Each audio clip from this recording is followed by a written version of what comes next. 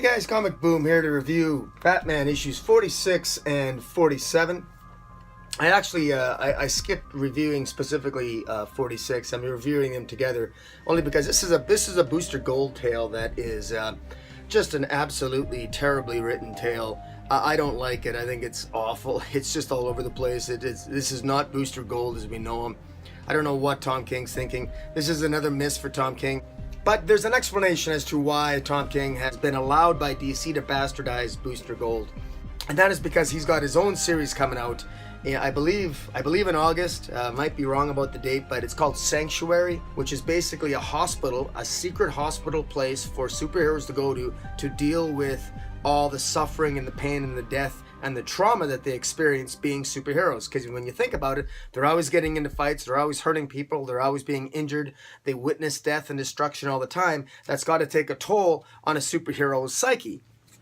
And essentially, that's exactly what happens to Booster Gold in this series. Sanctuary is going to star Booster Gold, and it's also going to star Poison Ivy. Those of you who are critical of Tom King's 3-issue portrayal of Poison Ivy, which I know I was a little bit, Poison Ivy was also written somewhat out of character. She apparently was traumatized she apparently had every single mind on the planet within her. She never had that ability before, but somehow she has. In the War on Jokes and Riddles, she apparently suffered the trauma because she thought that she had killed a group of men, when in fact she hadn't killed a group of men. That was actually the Riddler that killed them, but Ivy was made to believe that she had killed them. That created a trauma for her. So Poison Ivy has got that trauma to deal with. Meanwhile, Tom King has written Booster Gold very much out of character to basically give Booster Gold what is very clearly a form of PTSD in this 3-issue series. Booster Gold is all over the place here. He's again, just remember the stupidity and the premise of this, that Booster Gold goes back in time. He wants to give Batman and Batman a wedding gift, and so his bright idea is to go back in time and save the life of Bruce Wayne's parents, Thomas and Martha Wayne, save their lives so that he could gift Batman or Bruce with what it would be like if his parents weren't killed. Booster Gold would never do that. That's completely contradictory to what Booster Gold as a time master would do. He's not that stupid. Tom King wrote him that stupid in order to force this narrative on us. And it's got nothing to do with the wedding issue, really. It's called The Gift. It's purely contrived. We've wasted 3 issues here where we could have had a story building up to this big wedding between Batman and Selina. Instead, we get this. It's just so disappointing. Really not much to say with this. The art is really good, but the story is atrocious. It's not worth the read. Guys, I can't recommend it. As a 3-issue tale, if you know nothing about Booster Gold, you're going to be totally misled in terms of reading this, in terms of who Booster Gold is, what he stands for, who is he. This Booster Gold, he screws up the timeline so irretrievably that other people are Batman. Selina, Catwoman in this alternate timeline is a kind of a mute who only meows.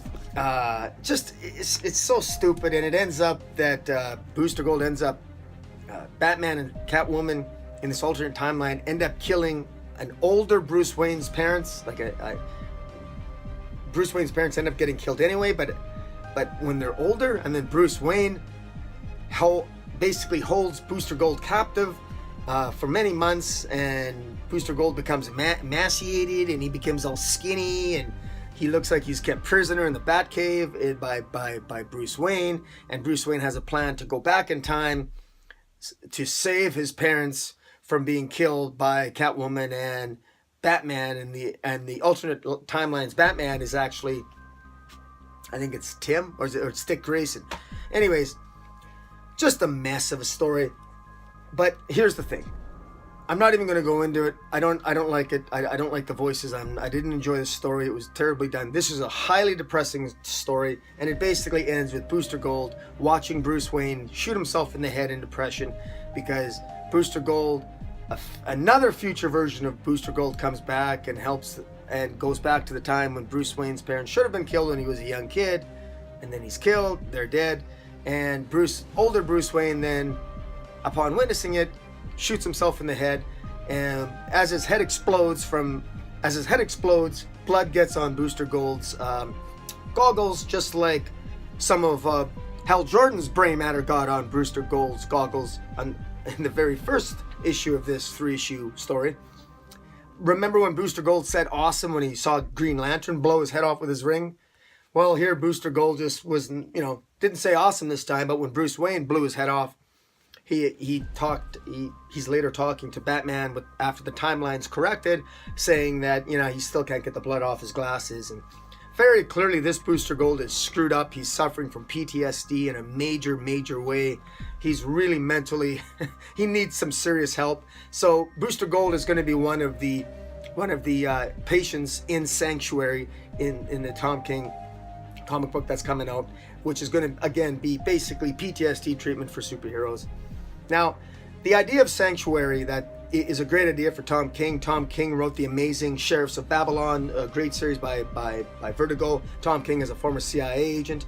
I'm sure Tom King he might even know a little bit about that particular subject matter, which is great. So in terms of a writer for that particular concept, Tom King's, I think, probably an inspired choice.